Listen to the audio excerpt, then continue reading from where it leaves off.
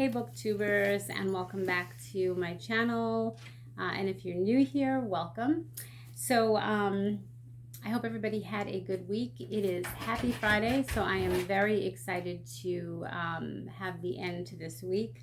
I know I say this like every week, but this really has been a long week. I'm not kidding you.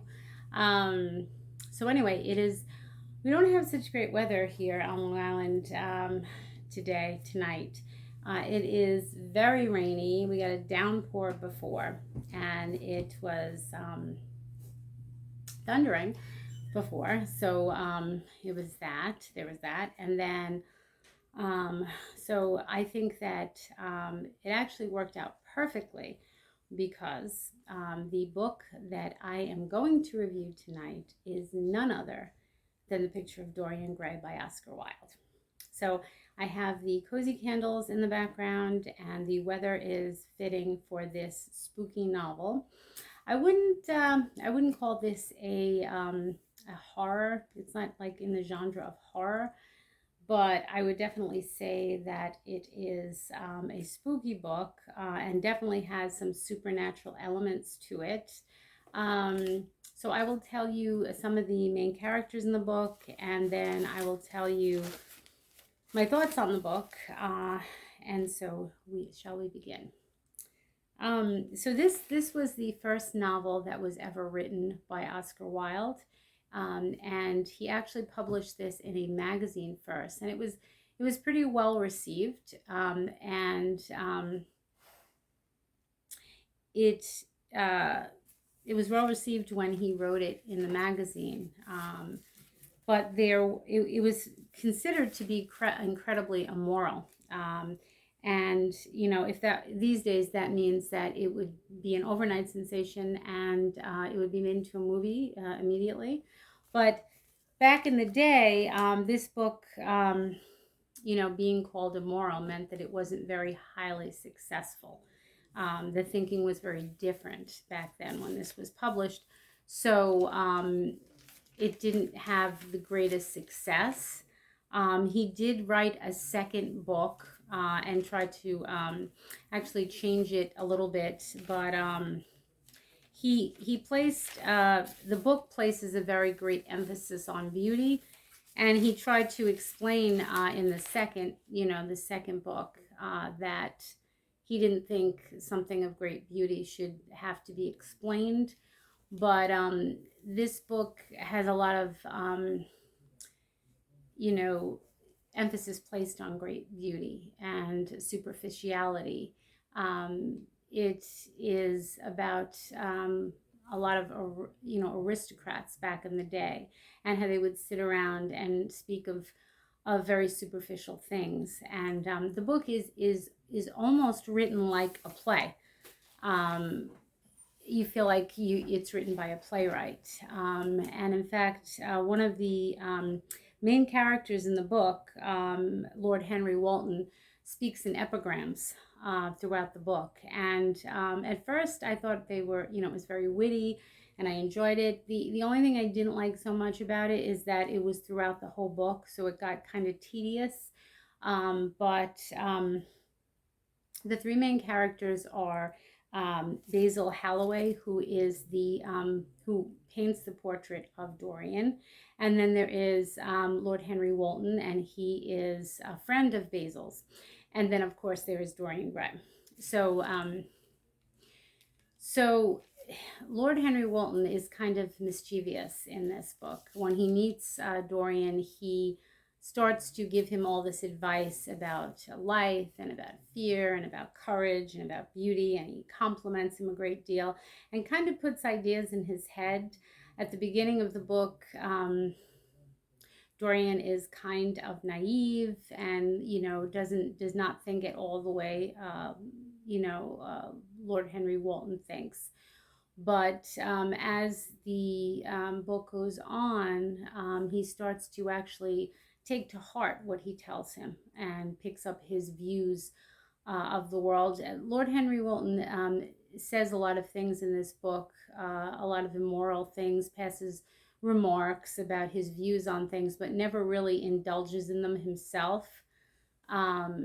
And Basil, the painter in this book, he is actually does have morals and tries to be a good friend to Dorian, but Dorian starts to change in the book and takes on a lot of. It's almost as if Lord Henry Wotton is an instigator in this book, and he kind of gets Dorian on the wrong path, if you will. But there are several themes that are explored in this book, in this novel. Superficiality as a culture.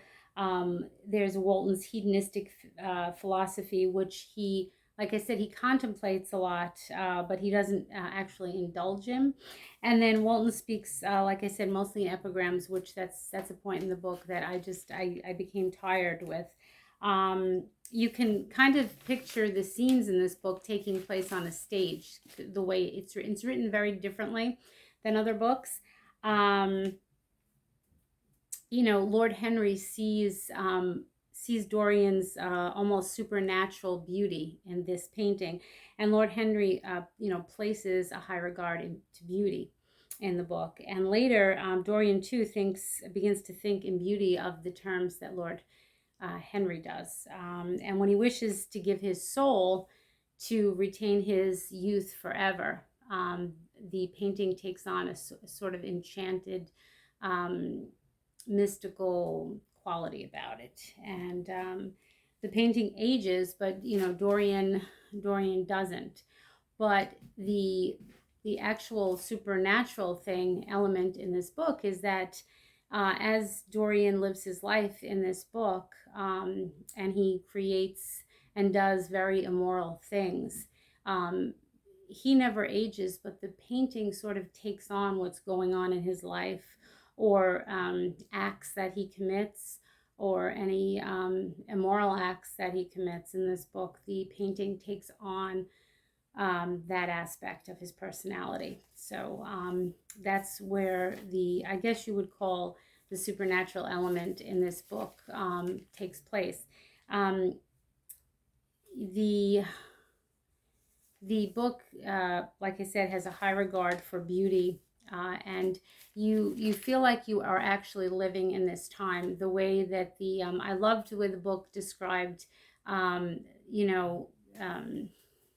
Set the stage in this time. It told you about the clothes that they wore, and all the very aristocratic dinners that they went to, and very detailed about what was going on in that time period, which I liked.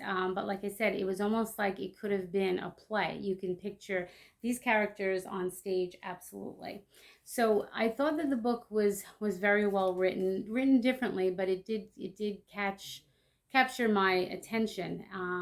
And I do like spooky books, or a spooky aspect to books. But like I said, I wouldn't call this a horror book, or like a really like a scary book, but it does have supernatural elements to it, which I really liked. So all in all, I would say that I really liked the book. It was different, but I have a feeling in this case I'm going to really like the I'm sorry guys, I feel like I'm gonna sneeze, and I'm trying not to. That I am definitely going to watch the movie, just like I did with The Tree Grows in Brooklyn, because a few people have told me that watching the movie really helps tie this book together, because like I said, it was written very differently. And a quick little a little bit of trivia about this book is Oscar Wilde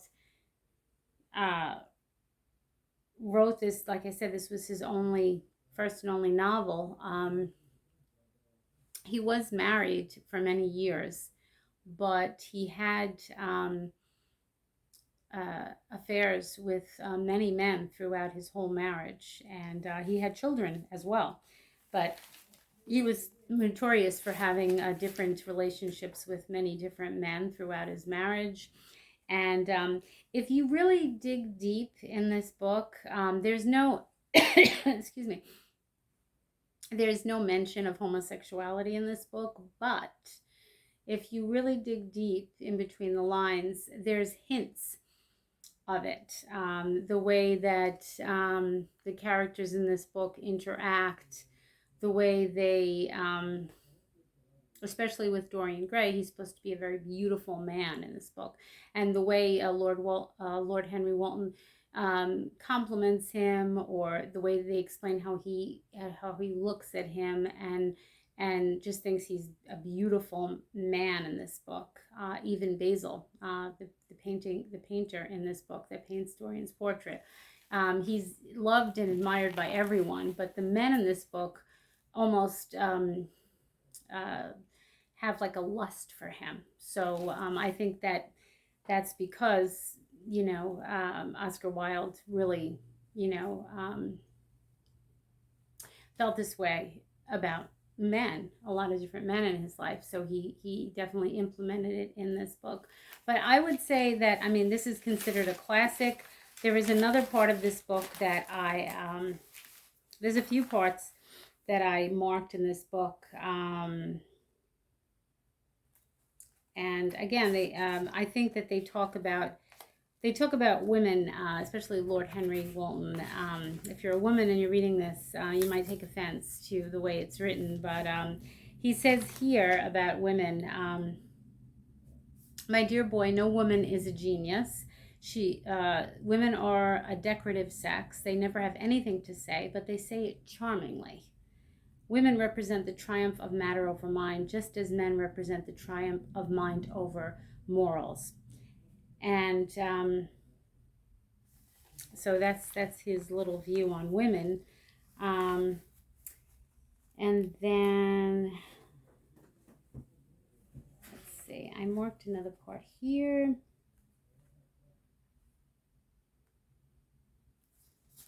I mean, there's a few instances where he talks about women here.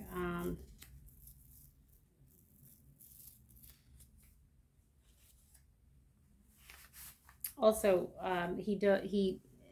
Dorian in this book becomes so obsessed with this portrait that he locks it away, and he gets such anxiety about it that he goes to opium dens at night to very seedy parts of town, and there, he indulges in opium. So there's some seedy parts to this book too,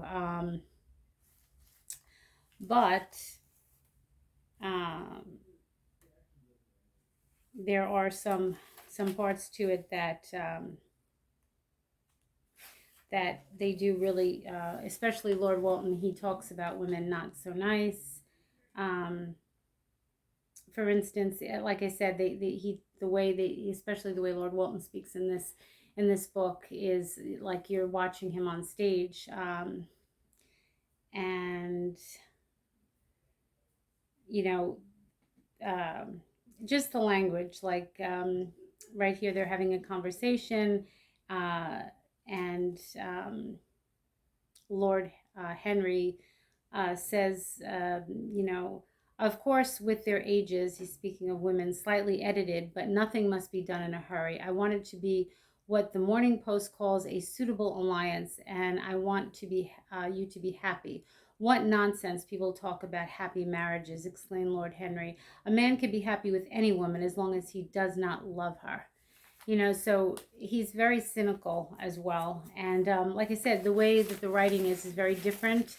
But I understand how they consider it to be a classic, because it actually, I did enjoy reading it. And it's not a very long book. It's only like 220 pages. So I finished it rather quickly. I did enjoy it. I thought that it definitely deserves to be up there as a classic, because it's just a very interesting, different book, and I like books like that. So I would definitely recommend reading it, but I am going to watch the movie, and I'll let you guys know what I think about that too, because I think I was watching another booktuber that I enjoy quite a bit reading this life, and she had said that she was one of the people that said that she thought if you kind of get lost in the book or you're not understanding it, to watch the movie and then go back and read the book. And that's why I'm going to watch the movie, even though I've read the book, because I think it would tie it together more, and maybe I would even pick up on things that I didn't pick up on in the book because of the writing. So yeah, so that is my little review on The Picture of Dorian Gray. I would definitely recommend the book. I think it was very interesting. Writing was different, and it did have a bit of a, a spooky quality to it, which I love. And that's it. That is a wrap for this channel for this Friday. Tune in again on Monday because I am going to be back. And what else do I want to tell you guys? I think that was it. Thank you so much for hitting the like and subscribe button. I thank you guys every week, but you deserve it. I really, really do appreciate you guys supporting my channel. And so keep hitting that like and subscribe button. And leave a comment down below if you guys have read this book, and tell me your thoughts. If you liked it, what you liked about it. I'd really like to read them. I'm curious to see what you guys think about this book. So I will see you guys on Monday. Don't forget to tune in. And as always, I'll see you later.